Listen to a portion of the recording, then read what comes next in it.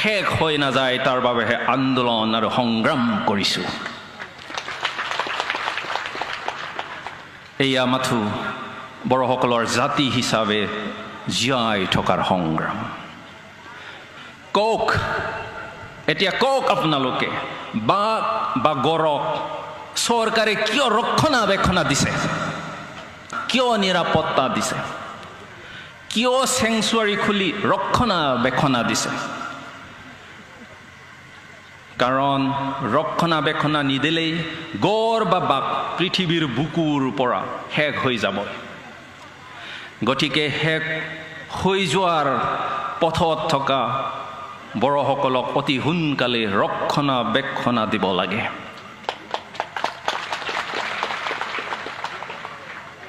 বড়োসকলক ধ্বংসৰ পৰা ৰক্ষা কৰিব লাগে। বহুতে কয় বড়োসকলৰ বুৰঞ্জী নাই, ইতিহাস নাই, সেইকাৰণে বড়োলেণ্ড দাবীৰ কোনো ভিত্তি নাই। এই কথা এতিয়া আমাৰ যি চিফ গেষ্ট তেখেতে সুন্দৰভাৱে বুজাই গ'ল। হয়, বহুতে কয় বড়োসকলৰ বুৰঞ্জী নাই, ইতিহাস নাই, সেইকাৰণে বড়োলেণ্ড দাবীৰ কোনো ভিত্তি নাই। বড়োসকলৰ বুৰঞ্জী বা ইতিহাস আছেনে নাই আজি মই যুক্তি দাঙি ধৰিবলৈ বিচৰা নাই। বড়োসকলৰ ইতিহাস আছেনে নাই ক'বলৈ মই বিচৰা নাই। মাথো ক'বলৈ বিচাৰিছোঁ এটা জাতি হিচাপে যিখিনি টকাৰ প্ৰয়োজন সেইটো কিন্তু বড়োসকলৰ আছে, আমাৰ আছে, আমালোকৰ আছে। আমাৰ নিজৰ ভাষা সংস্কৃতি আজিলৈকে জীয়াই আছে,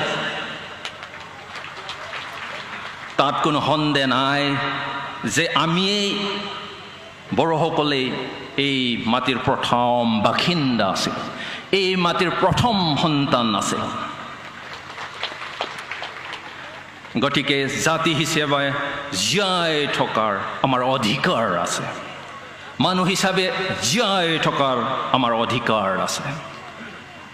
ইতিহাস থাকিলেও বুৰঞ্জী থাকিলেও সংগ্ৰাম নকৰিলে একো নাপায়। আমাৰ বুৰঞ্জী থাকিব পাৰে বা ইতিহাস থাকিব পাৰে, কিন্তু সংগ্ৰাম নকৰিলে একো নাপায়। আক্ৰাছৰ সভাপতি বিশ্বজিৎ ৰায়ে ডাঙৰ ডাঙৰকৈ কৈ থাকে যে বড়োসকলৰ ইতিহাস নাই, বুৰঞ্জী নাই, সেয়েহে বড়োসকলে বড়োলেণ্ড পোৱাৰ যোগ্য নাই, কোনো ভিত্তি নাই। কিন্তু দেখোন বুৰঞ্জী থকা ইতিহাস থকা বিশ্বজিৎ ৰায়ে দেখোন এতিয়ালৈকে ট্ৰাইবেল ষ্টেটাছো পোৱা নাই।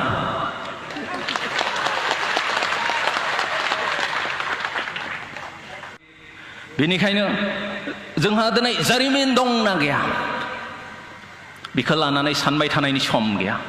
जोंहा राव हारिमु दं, राव हारिमुखौ लानानै जोंनि सिनायथिखौ लानानै बुहुमनि बिखायाव हारि बायदियै गावनि हायाव गावनि सिमानि गेजेराव थांनानै थानो मोन्थाय दं। बेनिखायनो जों नांनांगोन, जुजिनांगोन। सन्मानीय अतिथि आरो श्रद्धेय rise, when there is absence of reciprocity, there is ground for suspicion. য'ত খালি দিবই খোজে কিন্তু কেতিয়াও ল'ব নোখোজে বা দিয়া আৰু লোৱা নাই, তাত সন্দেহ থাকিবই, সন্দেহ কৰিবই। খালি যদি ময়ে দিব খোজোঁ, আপোনাৰ পৰা মই একো ল'ব নোখোজোঁ, তেতিয়াহ'লে আপুনি মোৰ ওপৰত সন্দেহ কৰিবই। গতিকে যিবিলাকে নিজকে ডাঙৰ মানুহ বুলি ভাবে, ডাঙৰ জাতি বুলি ভাবে আৰু উন্নত জাতি বুলি ভাবে, তেখেতসকলে খালি দিলেই নহ'ব, ল'বলৈও শিকিব লাগিব। নহ'লে আপোনালোকৰ ওচৰত কোন যাব, কোনে যাব, আপোনালোকৰ লগত থাকিব কোনে? কোনেও নাথাকিব। মোৰ সন্দেহ, কাৰণ উন্নত জাতি বুলি, ডাঙৰ মানুহ বুলি, জ্ঞানী মানুহ বুলি খালি আমালোকক দিব খোজে। অসমীয়া ভাষা নক'লে আমাক অসমীয়া নহয় বুলি ক'ব, আমাক বেয়া পাব। কিন্তু কিমান অসমীয়াই আজি বড়ো ভাষা কৈছে নকয় গতিকে খালি দিব বিচাৰিলে নহব খালি দিব বিচাৰিলে নহব লবও লাগিব যদি 80% অসমীয়া एबा बर'फ्रानो थांनानै थानायनि खोथाखौ साननो गोनां जादोंब्ला गिनो गोनां जादोंब्ला जों बिथांमोना बुंनाय बायदि 20% नि बर'फ्रा मानोथो साननो गोनां आरो गिनो गोनां जाया जोंनि सुबुं अनजिमाया 80% बा मेजरिटी मोनब्ला जोंहा नांनांगौ गैयामोन जों मेजरिटी मोनब्ला जोंहा नांनांगौ आरो जुजिनांगौ गैलियामोन जोंनो गावनो सरकार दानो हागौमोन आरो नांगौ बायदियै थांनानै थानो राहा लामा खालामना लानो हागौमोन बुंगोन दिनै बर'फ्रा बर'फोरनि सुबुं अनजिमाया मात्र 20% सो होनना बुंदों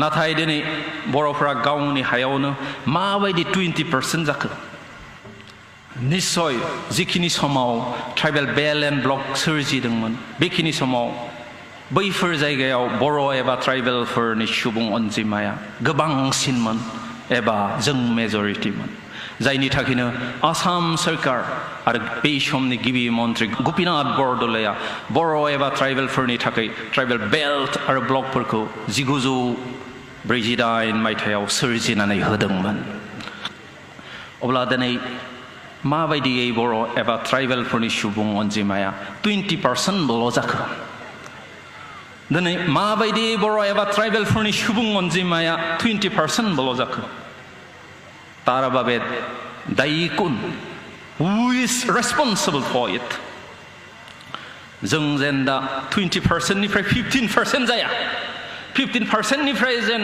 10% जाया 10% निफ्राय जेन जों 5% जाया 5% निफ्राय जेन जों लाथिख' जाया बेनि थाखायनो जों दिनै साननो गोनां जादों नांनो गोनां जादों जों डायनासुर आरो दद दाउफोर बायदि बे बुहुमनि बिखानिफ्राय जोबस्रांनो लुबैयाखै जोंखौ सोरजिगिरि इसोरानो सोरजिदों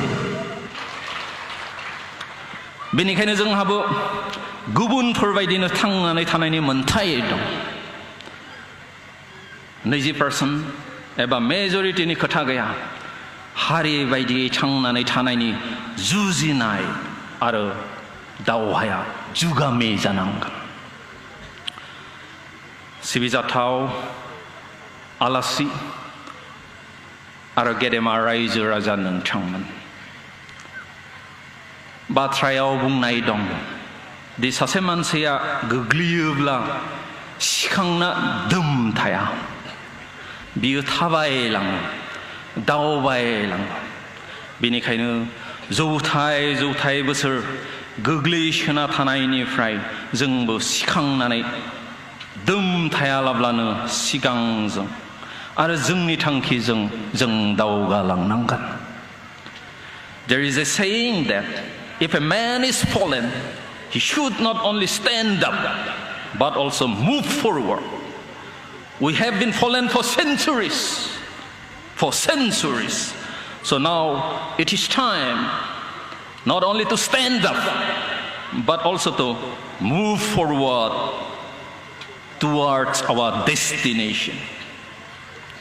नुजाथि फैनाय गेदेमा आलासि आरो रायजो राजा नोंथांमोन जों मोनसे थांखियावनो थायोब्ला सिमां मोनसेखौनो नुयोब्ला मोनसे हारि होननानै सानोब्ला आरो गासैबो सैथोआव थायोब्ला आरो फोथायोब्ला जोंखौ बे बुहुमाव रावबो बोखावनो हानाय नङा जोंखौ रावबो बे बुहुमाव फेजेननो हानाय नङा जों जागोन देरहासार As long as we profess one faith, one nation, and one principle, and one dream, no force on earth can divide us. No force can defeat us. Gedemalasi Ararai Raja Nangchangman. We know that dialogue is the highest form of fighting or war. जों मिथियो जे जि सावरायनाय बिनो बयनिसायबो गोजौ थाखोनि नांनाय जुजिनाय एबा दावहा बुजा-बुजि खालामनो एबा गोरोबथालायनो सावरायनाया बयनिख्रुइबो देरसिन जुजिनाय नांनाय होनना जों मिथियो बर'फ्रा बेखौ थांनाय 50 बोसोराव मोनदांबोदों खनफ्रोमबो सोरखारजों सावरायनो थांनायाव बर'फ्रा जेनदों थगायजादों बेनिखायनो जों सांग्रां जानांगोन जोबथा आरो जौसिन मेलेम आरो गियान गोलो बाहायना दावगालांनांगोन थांनाय 24 जुनाव आं नोंथांमोननि अननाय बरायनाय अनसायनाय सिबिनाय आरो हेफाजाब आरो मददखौ नुनानै सोमोनांदोंमोन गोमोदोंमोन थेवब्लाबो आं सानदोंमोन बेखौ गोख्रैनो बावलांनो हागोन होनना नाथाय दिनैसिम नोंथांमोना आंखौ बावनो सम आरो खाबु होआखै दिनैसिम नोंथांमोना लैहोर केम्पआव फैना आंखौ जिबायदि बरायदों अनसायदों सिबिदों आरो हेफाजाब आरो मदद होदों बेखौ नुनानै आरोबाव आं सोमोनांदों आंहा नोंथांमोननो होफिननो जेबो गैया नोंथांमोननि हारि बायदि थानायनि जि स्पिरिट जिउमा एबा आत्मा बेखौ नुनानै आं इनायनो गोमोदों सोमोदों आरो रंजानायबो मोनदों आं फोथायदों नोंथांमोननि जि हारि बायदि थांना थानायनि हास्थायनाय नाजानाय एबा स्पिरिट एबा जिउमा एबा आत्मा बेखौ रावबो फेजेननो हानाय नङा नोंथांमोना जेरै आंजों लोगोआव दं आंबो मोदोमै जिउयै अराय नोंथांमोनजोंनो थागोन आरो थाबाय थागोन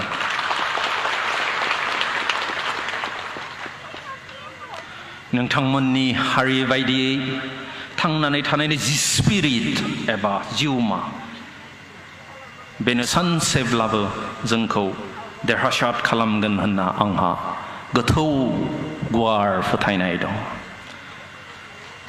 Last but not the least, I would like to thank the media for covering this auspicious day, the celebration of the 27th anniversary of National Democratic Front of Berlin.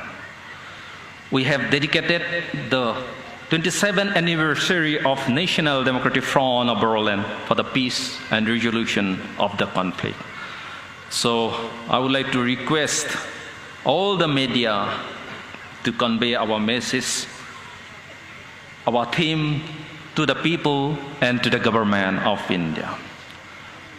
जोबथारनायाव जाय रायजो राजाफ्रा लैहोर फैना गोबां दुखु दाहा लाना दिनैनि बे 27थि गायसन सानखौ खुंनाय आरो फालिनायाव जाफुंहोबाय बेनि थाखाय गोसो गोरबोनिफ्राय साबायखर बावहरबाय एनडिएफबिनि गासै मावथि आरो एक्स एनडिएफबिफोरनिसिमबो गोबां दुखु दाहा लानानै दिनैनि बे मेलखौ जाफुंहोनायनि थाखाय गोसो गोरबोनिफ्राय गोबां साबायखर बावहरबाय जोबथारनायाव जायफोर मेथाइ खनगिरिफोरा फैनानै आरो मैसा फैनानै बे जोंनि मेलखौ मेहेर गोनां खालामबाय जोंखौ गोजोन होबाय बिथांमोननिसिमबो साबायखर बावहरबाय जोबथारनायाव आरोबाव गासै आलासिफोरनिसिम आरो बेयाव नुजाफैनाय गासैबो रायजो राजानिसिम अननाय गाहाम हामग्लायनाय आरो साबायखर बावहरनानै आं आंनि बिबुंथिखौ एसेयावनो फोजोबबाय गोजोन्थों एनडिएफबि जिउ लावथों जांख्रिथायारि जिउ लावथों हारियै बायदि थांना थानायनि जि बर'नि सिमां बे सिमाङा जाफुंथों खुलुमबाय गोजोन्थों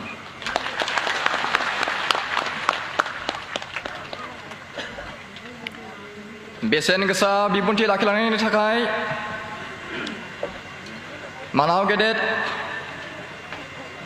नेशनेल डेम'क्रेटिक फ्रन्ट अफ बर'लेण्डनि आफादगिरिनिसिम रोजा रोजा साबायखर बावहरनाय थाबाय